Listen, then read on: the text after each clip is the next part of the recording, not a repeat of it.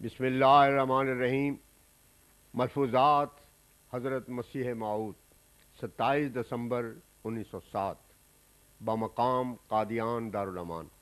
حضرت اقدس کا جلسہ سالانہ پر پرمعارف خطاب۔ فرمایا یہ مت سمجھو کہ خدا تعالیٰ کا غضب بھی اسی طرح کا ہوتا ہے کہ جس طرح سے انسان کا غضب ہوتا ہے، کیونکہ خدا خدا ہے اور انسان انسان ہے۔ یہ تو نہیں ہو سکتا کہ جس طرح سے ایک انسان کام کرتا ہے خدا بھی اسی طرح سے ہی کرتا ہے۔ مثلا خدا سنتا ہے تو کیا اس کو سننے کے لیے انسان کی طرح ہوا کی ضرورت ہے، اور کیا اس کا سننا بھی انسان کی طرح ہے کہ جس طرف ہوا کا رخ زیادہ ہوا اس طرف کی آواز کو زیادہ سن لیا؟ یا مثلا دیکھنا ہے کہ جب تک سورج، چاند، چراغ وغیرہ کی روشنی نہ ہو انسان دیکھ نہیں سکتا، تو کیا خدا بھی روشنیوں کا محتاج ہے؟ غرض انسان کا دیکھنا اور رنگ کا ہے اور خدا کا دیکھنا اور رنگ کا ہے، اس کی حقیقت خدا کے سپرد کر دینی چاہیے۔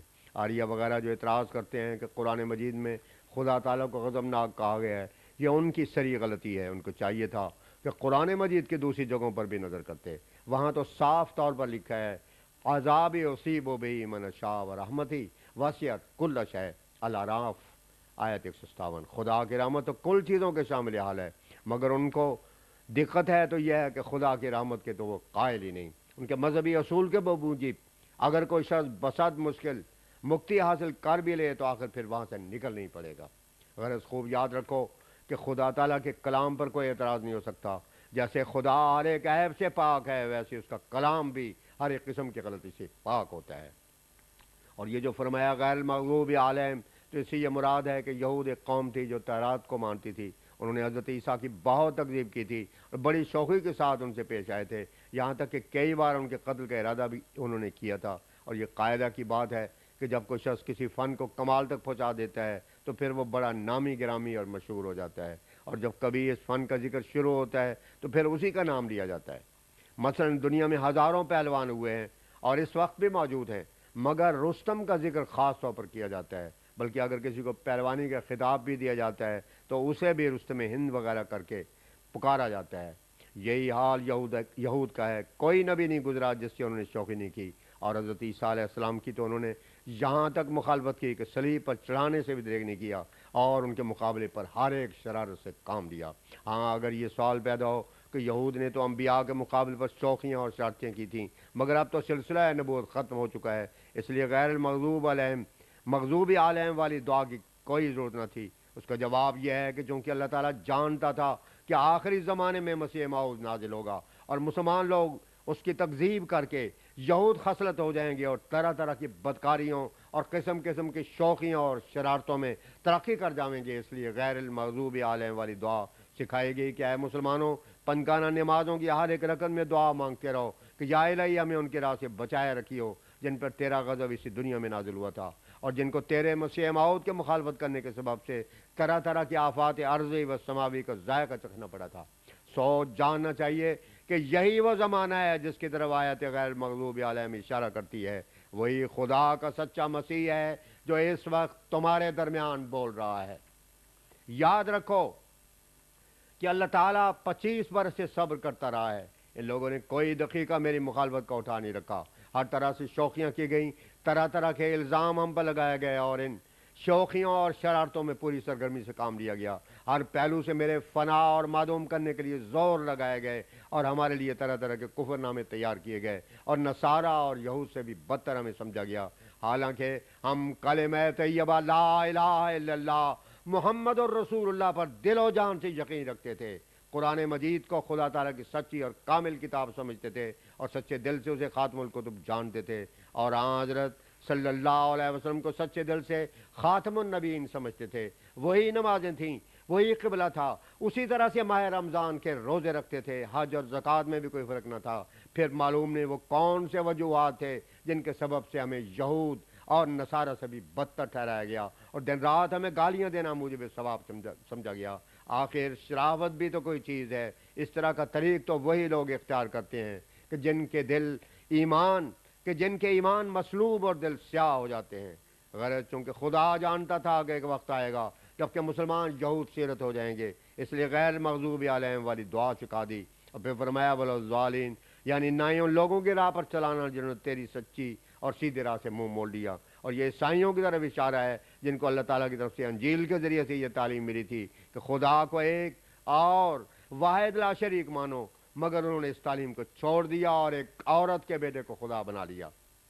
کوئی یہ نہ سمجھ لے کہ مغضوب علیہم تو بڑا سخت لفظ ہے اور ظالم نرم لفظ ہے، نرم لفظ نہیں، بات یہ ہے کہ یہودیوں کا تھوڑا گناہ تھا، وہ تورات کے پابند تھے اور اس کے حکموں پر چلتے تھے، مگر گو وہ شوخیوں اور شرارتوں پر بہت بڑھ گئے، مگر وہ کسی کو خدا یا خدا کا بیٹا بنانے کے سخت دشمن تھے۔ اور سورہ فاتحہ میں ان کا نام جو پہلے آیا تو وہ اس واسطے نہیں کہ ان کے گناہ زیادہ تھے، بلکہ اس واسطے کہ اسی دنیا میں ان کو سزا دی گئی تھی۔ اور اس کی مثال اس طرح پر ہے کہ ایک تحصیلدار انہی کو جرمانہ کرتا ہے جن کا قصور اس کے اختیار سے باہر نہیں ہوتا۔ مثلا فرض کرو کہ کسی بھاری سے بھاری گناہ پر وہ اپنی طرف سے 50-60 روپے جرمانہ کر سکتا ہے، لیکن اگر قصوروار زیادہ کا حقدار ہو تو پھر تحصیلدار یہ کہہ کر کہ یہ میرے اختیار سے باہر ہے کہ تمہاری سزا کا یہاں موقع نہیں، کسی اعلیٰ افسر کے سپرد کرتا ہے۔ اسی طرح یہودیوں کی شرارتیں اور شوخیں اسی حد تک ہیں کہ ان کی سزا اس دنیا میں دی جا سکتی تھی، لیکن ظالم کی سزا یہ دنیا برداشت نہیں کر سکتی، کیونکہ ان کا عقیدہ ایسا نفرتی عقیدہ ہے جس کی نسبت خدا تعالیٰ قرآن شریف میں فرماتا ہے تقاد السماوات یتفطرن منہ وتنشق الارض وتخر الجبال حدا ان دعوا للرحمن ولدا، سورہ مریم آیت 91-92۔ یعنی یہ ایک ایسا برا کام ہے جس سے قریب ہے کہ زمین آسمان پھٹ جائیں اور پہاڑ ٹکڑے ٹکڑے ہو جائیں۔ اگر یہودیوں کی چونکہ سزا تھوڑی تھی اس لیے ان کو اسی جہان میں دی گئی، اور عیسائیوں کی سزا اس قدر سخت ہے کہ یہ جہان اس کے برداشت نہیں کر سکتا، اس لیے ان کی سزا کے واسطے دوسرا جہان مقرر ہے۔ اور پھر یہ بات بھی یاد رکھنے والی ہے کہ یہ عیسائی صرف ضال ہی نہیں ہیں بلکہ مضل بھی ہیں، ان کا دن رات یہی پیشہ ہے کہ اوروں کو گمراہ کرتے پھریں۔ 50-50 ہزار 60-60 ہزار بلکہ لاکھوں پرچے روزانہ شائع کرتے ہیں اور اس باطل عقیدہ کی اشاعت کے لیے ہر طرح کے بہانے عمل میں لاتے ہیں۔ یاد رکھو گورنمنٹ کو ان پادریوں سے کوئی تعلق نہیں ہوتا۔ ایک انگریز یہاں آیا تھا، جاتی دفعہ پوچھنے لگا کہ میرے راستے میں کسی پادری کی کوٹھی تو نہیں، اور اس کی وجہ یہ تھی کہ وہ پادریوں سے سخت نفرت کرتا تھا۔ یہ لوگ بڑے منصف مزاج ہوتے ہیں، اگر یہ منصف نہ ہوتے تو حکومت نہ رہتی۔ یاد رکھنا چاہیے کہ ان کی حکومت کا ہونا بھی خدا تعالیٰ کا ایک فضل ہے۔ سکھوں کے زمانے کو دیکھو کہ کوئی اذان بھی دیتا تھا تو وہ قتل کر دیتے تھے، مگر اس سلطنت میں تو خدا تعالیٰ کے فضل سے ہر طرح سے آزادی ہے، اور اس کا ہونا ہمارے لیے بڑی بڑی برکتوں کا موجب ہے۔ خود ہمارے اس گاؤں قادیان میں جہاں ہماری مسجد ہے کارداروں کی جگہ تھی، اس وقت ہمارے بچپن کا زمانہ تھا، لیکن میں نے معتبر آدمیوں سے سنا ہے کہ جب انگریزوں کا دخل ہو گیا تو چند روز تک وہی سابقہ قانون رہا۔ ان ایام میں ایک کاردار یہاں آیا ہوا تھا، اس کے پاس ایک مسلمان سپاہی تھا، وہ مسجد میں آیا اور مؤذن کو کہا کہ اذان دو، اس نے وہی ڈرتے ڈرتے گنگنا کر اذان دی۔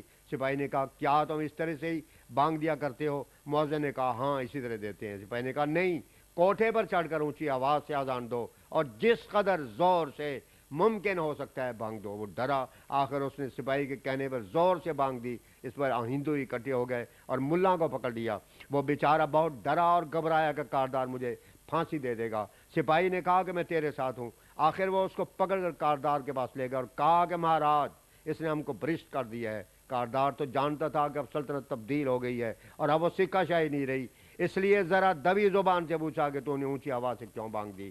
سپاہی نے آگے بڑھ کر کہا کہ اس نے نہیں دی، میں نے بانگ دی ہے۔ تب کاردار نے ہندوؤں کو کہا کم بختو، کیوں شور ڈالتے ہو؟ لاہور میں تو اب کھلے طور پر گائیاں ذبح ہوتی ہیں اور تم اذان کروتے ہو، جاؤ چپ کے ہو کر بیٹھ رہو۔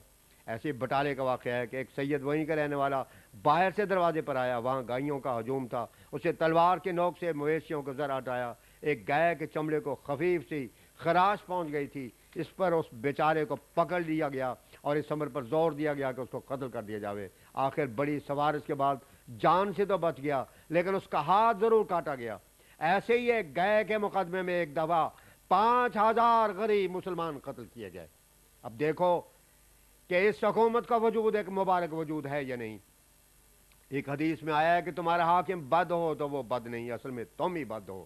تو یاد رکھو کہ یہ لوگ بڑے انصاف پسند ہوتے ہیں۔ ہمارے مقدمہ میں ہی دیکھ لو کہ آتما رام نے 700 روپے جرمانہ کر ہی دیا تھا، مگر سیشن جج کے سامنے جب وہ کاغذات پیش ہوئے تو باوجود کہ وہ عیسائی تھا مگر انصاف کی خاطر اس نے تمام دن محنت کی اور پورے غور و فکر کے بعد کرم الدین کو بلا کر کہا کہ تم لئیم کے معنی ولد و زنا اور کذاب کے معنی بڑا چھوٹا کرتے ہو، اگر کسی کو الو کہا جائے تو الو چھوٹا کیا اور بڑا کیا، جو کچھ فیصلہ آتما رام نے کیا وہ غلط ہے، ہم جرمانہ واپس کرتے ہیں۔ اگر لئیم کذاب سے بڑھ کر بھی تم کو کہا جاتا تو یہ شخص حق رکھتا تھا۔ اس لیے مسلمانوں کو چاہیے کہ ہندوؤں سے بالکل جوڑ نہ رکھیں۔ اگر انگریز آج یہاں سے نکل جاویں تو ہندو مسلمانوں کی بوٹی بوٹی کر دیں۔